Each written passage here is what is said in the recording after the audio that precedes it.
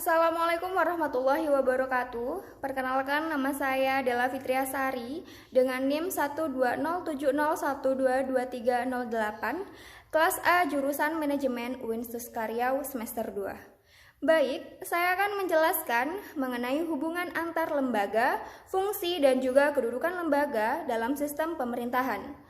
Struktur pemerintahan di Indonesia sebelum amandemen Undang-Undang Dasar 1945 dan setelah amandemen Undang-Undang Dasar 1945, perbedaan mendasarnya adalah kedudukan MPR yang bukan lagi menjadi lembaga tertinggi negara.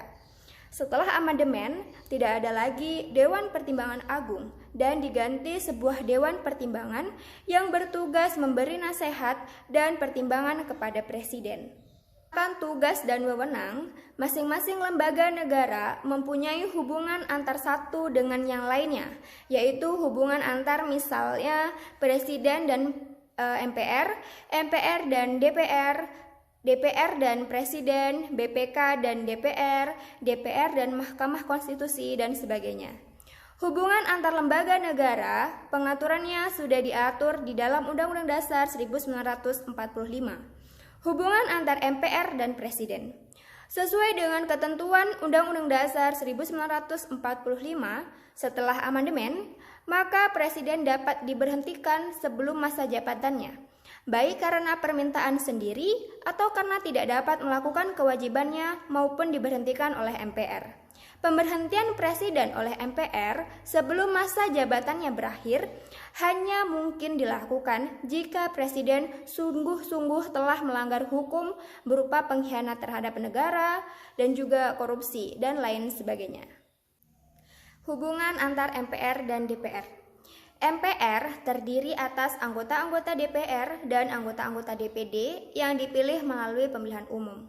Oleh karena anggota DPR seluruhnya merupakan anggota MPR, maka MPR menggunakan DPR sebagai tangan kanannya dalam melaksanakan pengawasan pelaksanaan kebijakan yang dilakukan oleh Presiden.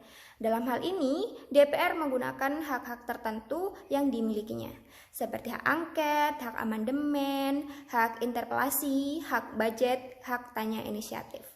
Kemudian hubungan antar DPR dan Presiden.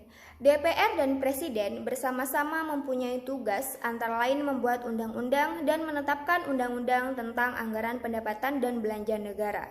Sesudah DPR bersama dengan Presiden menetapkan undang-undang dan rencana anggaran pendapatan atau rencana anggaran biaya negara, maka di dalam pelaksanaannya DPR berfungsi sebagai pengawasan terhadap pemerintah. Pengawasan DPR terhadap Presiden ialah suatu konsekuensi yang wajar, yang pada hakikatnya mengandung arti bahwa Presiden bertanggung jawab kepada DPR dalam arti partnership. Presiden tidak dapat dijatuhkan oleh DPR, namun Presiden memiliki kewajiban untuk selalu bermusyawarah kepada DPR tentang masalah-masalah yang menyangkut tentang kepentingan rakyat. Selanjutnya, hubungan antar DPR dengan menteri-menteri. Hubungan kerjasama antar Presiden dengan DPR juga harus dilaksanakan dalam hal DPR menyatakan keberatannya terhadap kebijaksanaan menteri-menteri. Dalam hal ini, sudah sewajarnya Presiden mengganti menteri yang bersangkutan tanpa membubarkan kabinet. Presiden harus memperhatikan dengan sungguh-sungguh suara DPR. Oleh karena itu, menteri-menterinya juga tidak terlepas dari keberatan-keberatan DPR yang berkaitan dengan diberhentikannya menteri oleh Presiden. Hubungan antar Presiden dengan menteri-menteri. Presiden mengangkat dan memberhentikan para menteri negara dan para menteri itu formal tidak bertanggung jawab kepada DPR, melainkan bertanggung jawab kepada Presiden karena para menteri ialah pembantu dari Presiden. Kemudian hubungan antara BPK dan DPR. Anggota BPK dipilih oleh DPR dengan memperhatikan pertimbangan DPD dan diresmikan oleh Presiden. BPK bertugas memeriksa langsung, bertanggung jawab tentang keuangan negara dan hasil pemeriksaannya itu diberitahukan kepada DPR, DPD dan juga DPRD untuk mengikuti dan menilai kebijaksanaan ekonomi finansial pemerintah dalam yang dijalankan oleh aparatur administrasi negara yang dipimpin oleh pemerintah. Hubungan antar Mahkamah Agung dan lembaga negara lainnya. Mahkamah Agung berwenang mengadili pada tingkat kasasi, menguji peraturan perundang-undangan di bawah undang-undang. Calon hakim agung diusulkan oleh Komisi Yudisial kepada DPR untuk mendapatkan persetujuan dan selanjutnya ditetapkan sebagai hakim agung oleh Presiden. Kemudian hubungan antara Mahkamah Konstitusi dengan lembaga negara lainnya. Mahkamah Konstitusi mempunyai 9 orang anggota hakim konstitusi yang ditetapkan oleh Presiden, yang diajukan masing-masing oleh 3 orang oleh Mahkamah Agung, 3 orang oleh DPR, dan 3 orang oleh Presiden. Mahkamah Konstitusi berwenang mengadili pada tingkat pertama dan terakhir, yang putusannya bersifat final untuk menguji undang-undang terhadap Undang-Undang Dasar, memutuskan sengketa kewenangan lembaga negara yang kewenangannya diberikan oleh Undang-Undang Dasar, memutuskan pembubaran partai politik, dan memutuskan perselisihan tentang hasil pemilihan umum. Hubungan antara Komisi Yudisial dengan lembaga negara lainnya. Komisi Yudisial dapat mengusulkan calon hakim agung kepada DPR untuk mendapatkan persetujuan dan selanjutnya ditetapkan sebagai hakim agung oleh Presiden. Dengan demikian, anggota Komisi Yudisial diangkat dan diberhentikan oleh Presiden dengan persetujuan DPR.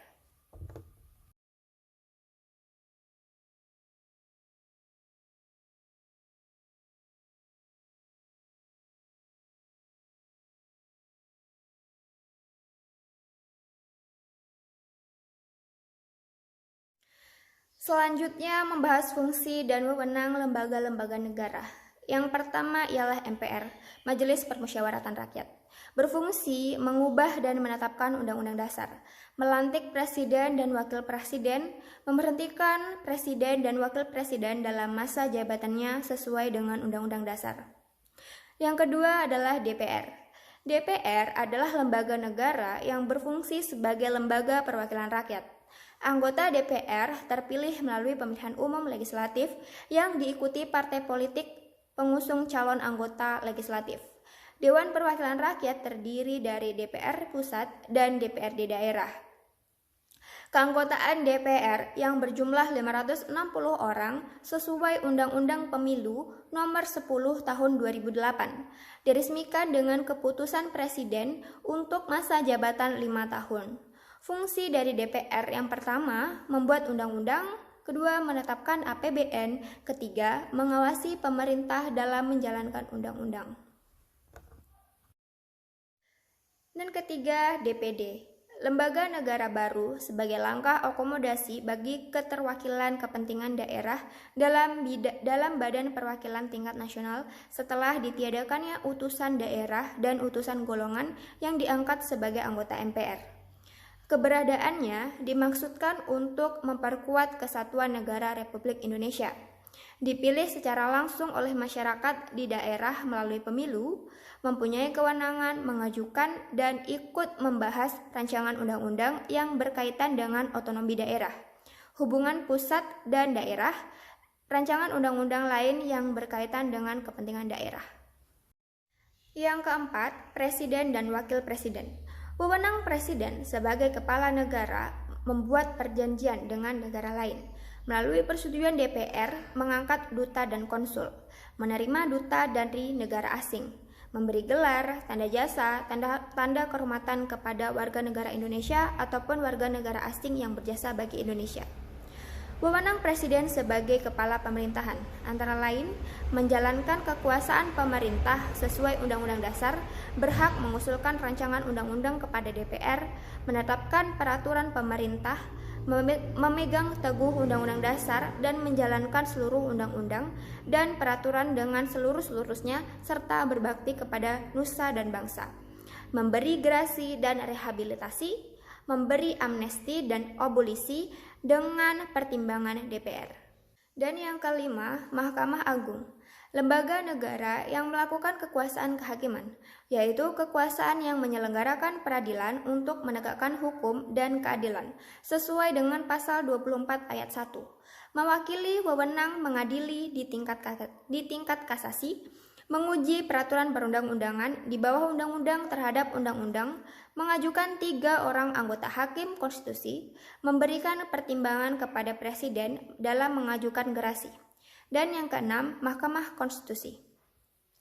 Kewenangan Mahkamah Konstitusi sesuai dengan ketentuan pasal 24C ayat 1 dan ayat 2 untuk mengadili pada tingkat pertama dan terakhir untuk menguji undang-undang terhadap undang-undang dasar. Memutus sengketa kewenangan lembaga negara yang kewenangannya diberikan Undang-Undang Dasar, memutus pembubaran partai politik, dan memutus perselisihan hasil pemilihan umum. Kemudian yang ketujuh, Komisi Yudisial. Komisi Yudisial sesuai pasal 24A ayat 3 dan pasal 24B ayat 1 menegaskan bahwa calon hakim agung diusulkan Komisi Yudisial kepada DPR untuk mendapat persetujuan. Keberadaan Komisi Yudisial tidak bisa dipisahkan dari kekuasaan kehakiman. Dari ketentuan ini bahwa jabatan hakim merupakan jabatan kehormatan yang harus dihormati, dijaga, dan ditegakkan kehormatannya oleh suatu lembaga yang juga bersifat mandiri. Dalam hubungannya dengan Mahkamah Agung, tugas Komisi Yudisial hanya dikaitkan dengan fungsi pengusulan pengangkatan hakim agung, sedangkan pengusulan pengangkatan hakim lainnya seperti hakim Mahkamah Konstitusi tidak dikaitkan dengan Komisi Yudisial. Dan yang terakhir ialah Badan Pemeriksa Keuangan atau BPK. Merupakan lembaga yang bebas dan mandiri untuk memeriksa pengelolaan dan tanggung jawab tentang keuangan negara, dan hasil pemeriksaan tersebut diserahkan kepada DPR dan juga DPD dan DPRD. Anggota BPK dipilih DPR dengan memperhatikan pertimbangan DPD. Wewenang dari BPK yakni berwenang mengawasi dan memeriksa pengelolaan keuangan negara atau APBN dan daerah atau APBD, serta menyampaikan hasil pemeriksaan kepada DPR dan DPD dan ditindaklanjuti oleh aparat penegak hukum. Berkedudukan di ibu kota negara dan memiliki perwakilan di setiap provinsi. Mengintegrasi peran BPKP sebagai instansi pengawas internal departemen yang bersangkutan ke dalam BPK. Demikianlah penjelasan mengenai hubungan antar lembaga, fungsi, dan juga wewenang lembaga pemerintah negara. Kurang dan lebih saya mohon maaf. Akhirul kalam, saya akhiri dengan Assalamualaikum warahmatullahi wabarakatuh.